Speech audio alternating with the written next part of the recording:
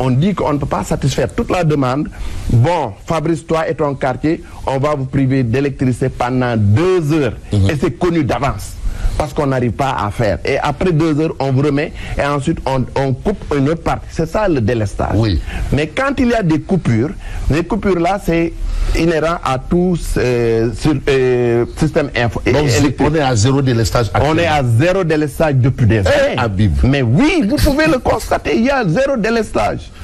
Aujourd'hui, mais est-ce qu'on a le culot d'exporter de l'énergie au niveau de la Gambie, alors qu'on n'arrive pas à satisfaire notre demande? D'accord. Ce serait une aberration. Donc il faudrait que les gens fassent la différence entre le délestage et des coupures qui sont dues à nos câbles qui sont dans les routes. Là, pas plus tard que hier, on a blessé ici un câble. Pour le réparer, il faut couper la zone, faire les jonctions qu'il faut et pour remettre le courant. Et c'est des coupures qui ne durent pas en général 2 heures, 3 heures maximum. Mais en période de chaleur, c'est désagréable. On est en pleine période de chaleur. On est en période de pointe actuellement. Vous savez qu'actuellement, il fait plus chaud qu'au mois de janvier, février ou mars. Oui. C'est la période là où il fait très chaud. Chez vous, vous êtes resté pendant combien de temps sans être coupé d'électricité? Honnêtement. Mais la coïncidence entre la période de chaleur et les coupures, vous semblez minimiser. Je veux dire, Fabrice Nguema, en période de délestage, personne n'est épargné. Est-ce que vous, dans les 2 derniers mois, vous avez subi des coupures chez vous? Oui, mais bon. Non, répondez par oui ou non. Non, bon, ça peut-être c'est une question que tout client de Sénélec répondra probablement. Mais vous êtes client de Sénélec? Mais oui, mais on va vous ne voulez pas répondre? Non, on va laisser. Donc vous me donnez raison. Non, pas du tout. Il n'y a plus de délestage. Il y a des coupures et ces coupures-là sont indépendantes même de notre volonté parce que c'est des gens qui creusent des tranchées et qui blessent nos câbles. Donc suffisant quand même pour conforter l'argument de monsieur le ministre de l'Énergie qui annonce une baisse des coûts de l'électricité. Oui, c'est-à-dire que ce qu'ils doivent faire, c'est de venir... Non, dites oui. Non. Ah, je dis non. Pourquoi? Parce que le coût de l'électricité, dans sa structure actuelle, il est difficile de le baisser parce que les charges incompressibles prennent pratiquement les 4/3 du coût de production. Il faut le reconnaître.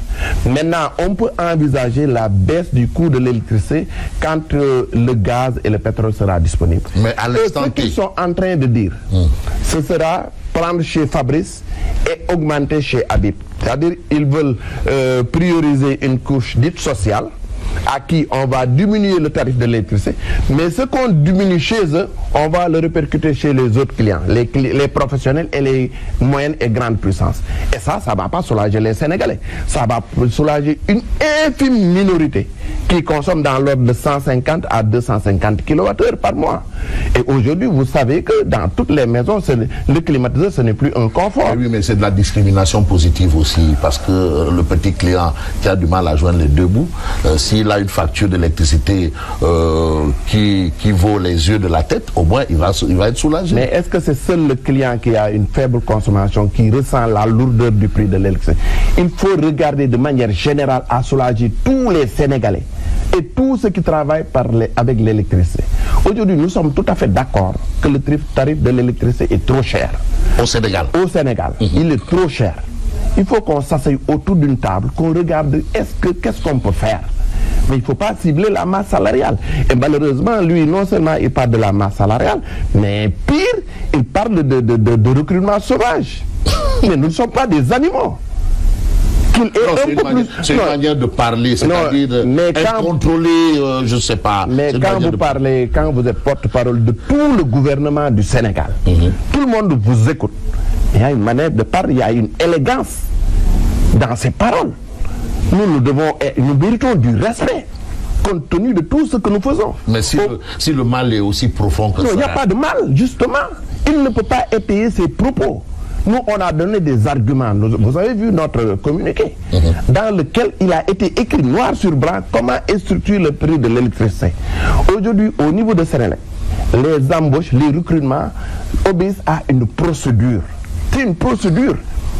On ne peut pas prendre quelqu'un dehors pour l'amener ici chez nous. Il n'y a pas de recrutement politicien là et autres là. Mais qu'est-ce qu'on appelle un recrutement politicien? Est-ce que moi, dans mon CV que j'ai déposé à la direction générale, on dira que je suis APR ou bien je suis Pastef ou autre? Non. Ce qu'on regarde, c'est le diplôme, c'est l'âge, c'est l'expérience professionnelle. Ils peuvent venir auditer. Nous, on est très transparent. La gouvernance de Senelec, franchement, c'est un appel que je veux lancer à ces autorités. D'accord. Qui ont mis Pape Toby Gaye au devant de cette Senelec. Ils doivent le soutenir parce qu'ils ont pris Pape Mademba Bitèye qui était en train de faire un excellent travail. Son seul tort est d'appartenir à un régime sortant. Pape Mademba Bitèye. Pape Mademba Bitèye. Sinon, il serait toujours là. Mais oui, en termes de résultats, en termes de gouvernance, en termes de tout ce que vous voulez, il a fait d'excellents résultats. Il est parvenu à hisser Senelec à un niveau jamais égalé. Oui. Le gouvernement de Sénégal, qui a enlevé Pape Mademba Bitèye, qui a mis Pape Toby Gaye, il faut le conforter. Comment le conforter? Il faut faire de sorte que Senelec ait une stabilité financière.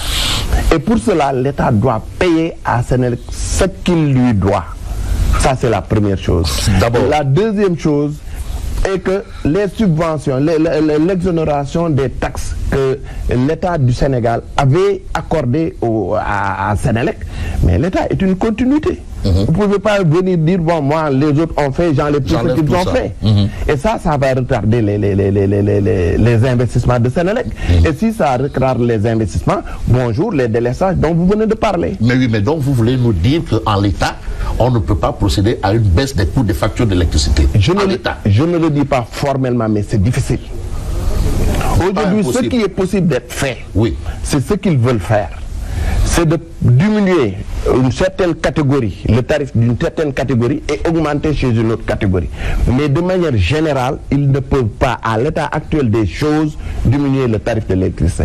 Maintenant, l'autre piste qu'ils doivent regarder sur laquelle, c'est un peu la linéarisation du coût du tarif du Woyofal. Parce que les gens se plaignent quand vous achetez 10 000 francs, vous avez tant de kilowattheures, demain vous achetez 10 000 kilowattheures, vous avez un nombre de kilowattheures qui est différent. C'est une grosse bizarrerie. Oui, les gens ne le comprennent pas, mais le système de facturation, il est très transparent. Mais il est difficile.